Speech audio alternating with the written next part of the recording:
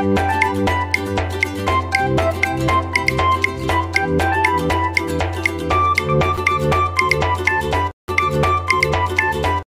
আলাইকুম।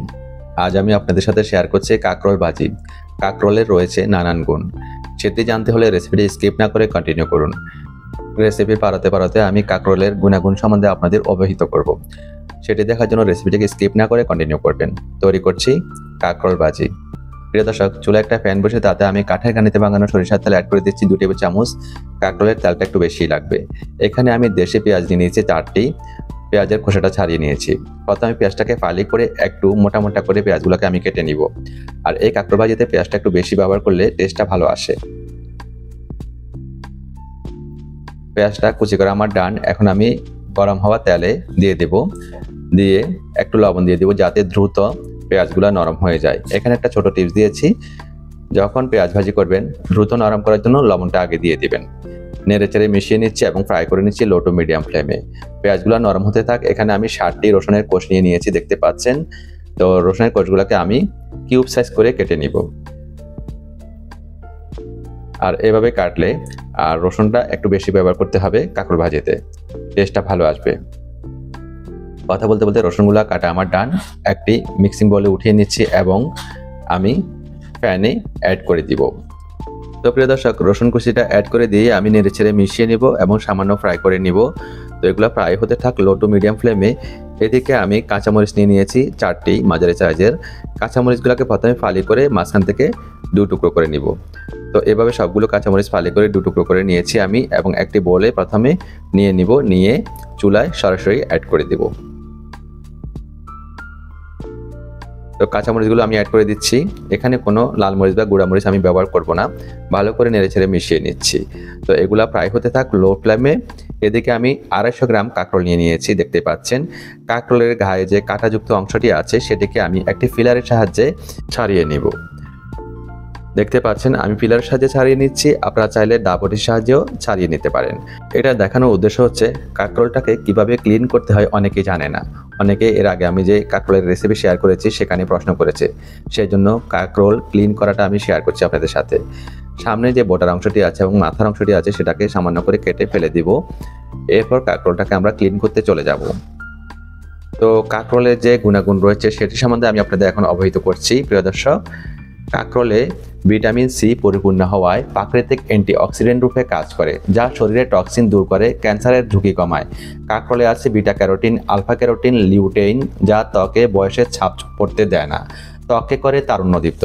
কাঁকরোলের vitamin A দৃষ্টিশক্তি ভালো রাখতে সাহায্য করে। প্রিয় দর্শক, নিশ্চয়ই এতক্ষণ অবলোকন করেছেন কাঁকরোলগুলোকে আমি ভালো করে পরিষ্কার করে একটি মিক্সিং বোলে উঠিয়ে ওই বলে পর্যাপ্ত পরিমাণে পানি দিয়ে হাত দিয়ে ঘষে ঘষে আমি কাঁকরোলগুলোকে ক্লিন করে নিচ্ছি। ঠিক এভাবে আমরা কাঁকরোলগুলোকে আস্ত ক্লিন করে নিব। কেটে কখনো সবজি ক্লিন করতে যাবেন না, পানিতে বা ডুবানো যাবে না, এতে করে সবজির ভিটামিনগুলা কমে যাবে। তো কাঁকরোলগুলোকে আমি প্রথমে কিউব সাইজ করে নিব, যতটুকু পাতলা করা যায় সম্ভবত ততটুকু করব। একেবারে মিহি পাতলা করব না আমরা, একেবারে পাতলা থেকে একটু মোটা আর মোটা থেকে একটু পাতলা, এই ধরুন মাঝারি টাইপের। আমি কেমন করছি নিশ্চয় আপনারা দেখতে পাচ্ছেন। ঠিক এরকম কিউব সাইজ করে কেটে নিব আমি কাঁকরোলগুলোকে। আর কাটার পরে ঠিক এভাবে রাখবো না, আমরা কি করব, এগুলোকে মাঝখান থেকে আমরা একটা ভাগ করে নিব। এতে করে দেখতে ভালো লাগবে, সবজিটা খুব দ্রুত কুক হয়ে যাবে। তো কাঁকরোলগুলো কাটা আমার ডান। একটি মিক্সিং বলে উঠিয়ে নিলাম এবং কাটা কাঁকরোলগুলো নিয়ে সরাসরি চুলায় চলে যাব। চুলায় যে আমি রসুন, পেঁয়াজ, কাঁচামরিচ কুক হতে দিয়েছি সেখানে অ্যাড করে দিয়ে কালো গোলমরিচের গুঁড়ি ক্রাশ করে দিচ্ছি আমি এখানে 1/4 চা চামচ পরিমাণ। আমি ক্রাশ করে দিচ্ছি, আপনারা চাইলে শিলপাটায় গুঁড়ো করেও দিতে পারেন কিংবা ব্লেন্ডারে গুঁড়ো করেও দিতে পারেন, তবে ক্রাশ করে দেওয়াটা এবং শিলপাটায় গুঁড়ো করে দেওয়াটাই হচ্ছে হেলদি। ভালো করে নেড়েচেড়ে মিশিয়ে নিব। চুলার ফ্লেম লো টু মিডিয়াম ফ্লেমে আছে, কখনো আমরা চুলার ফ্লেম হাই ফ্লেমে যাব না প্রিয় দর্শক।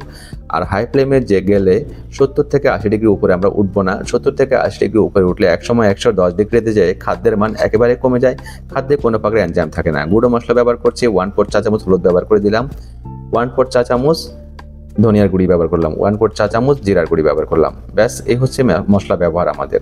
ভালো করে নেড়েচেড়ে মশলাগুলোকে মিশিয়ে নিব। চুলার ফ্লেম লো টু মিডিয়াম ফ্লেমে আছে, তো কখনো আমরা হাই ফ্লেম কিংবা একেবারে মিডিয়াম ফ্লেম করব না, যাতে মশলা যাতে পুড়ে না যায় এবং সবজির রঙও যাতে সবুজ থাকে, অক্ষুণ্ণ থাকে। ঢাকনা দিয়ে ডেকে 5 মিনিট কুক করব লো ফ্লেমে। 5 মিনিট পর আমি ঢাকনাটা খুলছি, একটা ভাপ উঠেছে, দেখতেই পাচ্ছেন আপনারা, বাষ্প উঠেছে।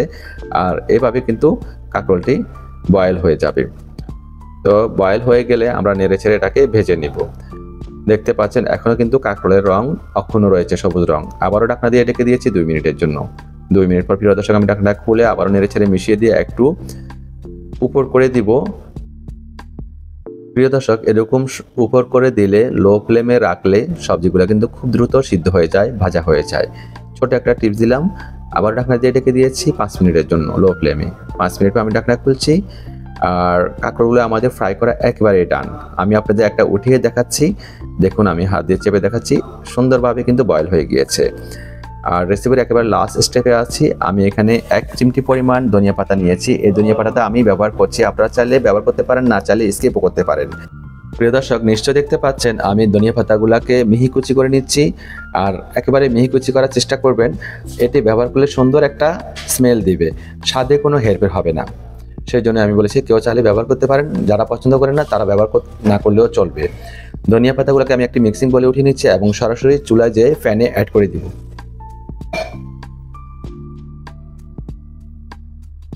অ্যাড করে দিয়ে আমি ভালো করে নেড়ে মিশিয়ে নিচ্ছি। আর মিশিয়ে নিয়ে আমি খুব বেশিক্ষণ অপেক্ষা করব না, এই ধরুন 30 সেকেন্ডের মতো অপেক্ষা করব। ঢাকনা দিয়ে ডেকে দিলাম, 30 সেকেন্ড পর আমি ফিরে আসছি।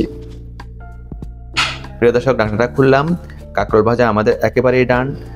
আমি একটি সার্ভিং ডিশে সার্ভ করে দিব। দেখুন এটা দেখতে যতটা লোভনীয় লাগছে, খেতে ভীষণই সুস্বাদু। তো প্রিয় দর্শক, আমি সার্ভিং ডিশে সার্ভ করে দিচ্ছি আর এবং খেয়েও নিব। এটা এমনি এমনিও খাওয়া যাবে, এটা লাল চালের ভাত দিয়েও খাওয়া যাবে, যেটি পছন্দ সেটি দিয়ে আপনারা খেতে পারেন। অবশ্যই বাসায় একবার ট্রাই করবেন আর ট্রাই করে কমেন্টস করে জানাবেন কেমন হয়েছে। রেসিপিটি ফ্রেন্ডস অ্যান্ড ফ্যামিলির সাথে অবশ্যই শেয়ার করে দিবেন।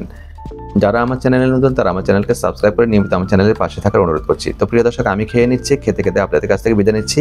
আর বিদায় নিতে নিতে একটি মেসেজ দিব, হেলদি ফুড খান, নিরাপদ জীবন গড়ুন। Healthy food save life. অবশ্যই এই মেসেজটি সবার মাঝে ছড়িয়ে দেওয়ার অনুরোধ করছি।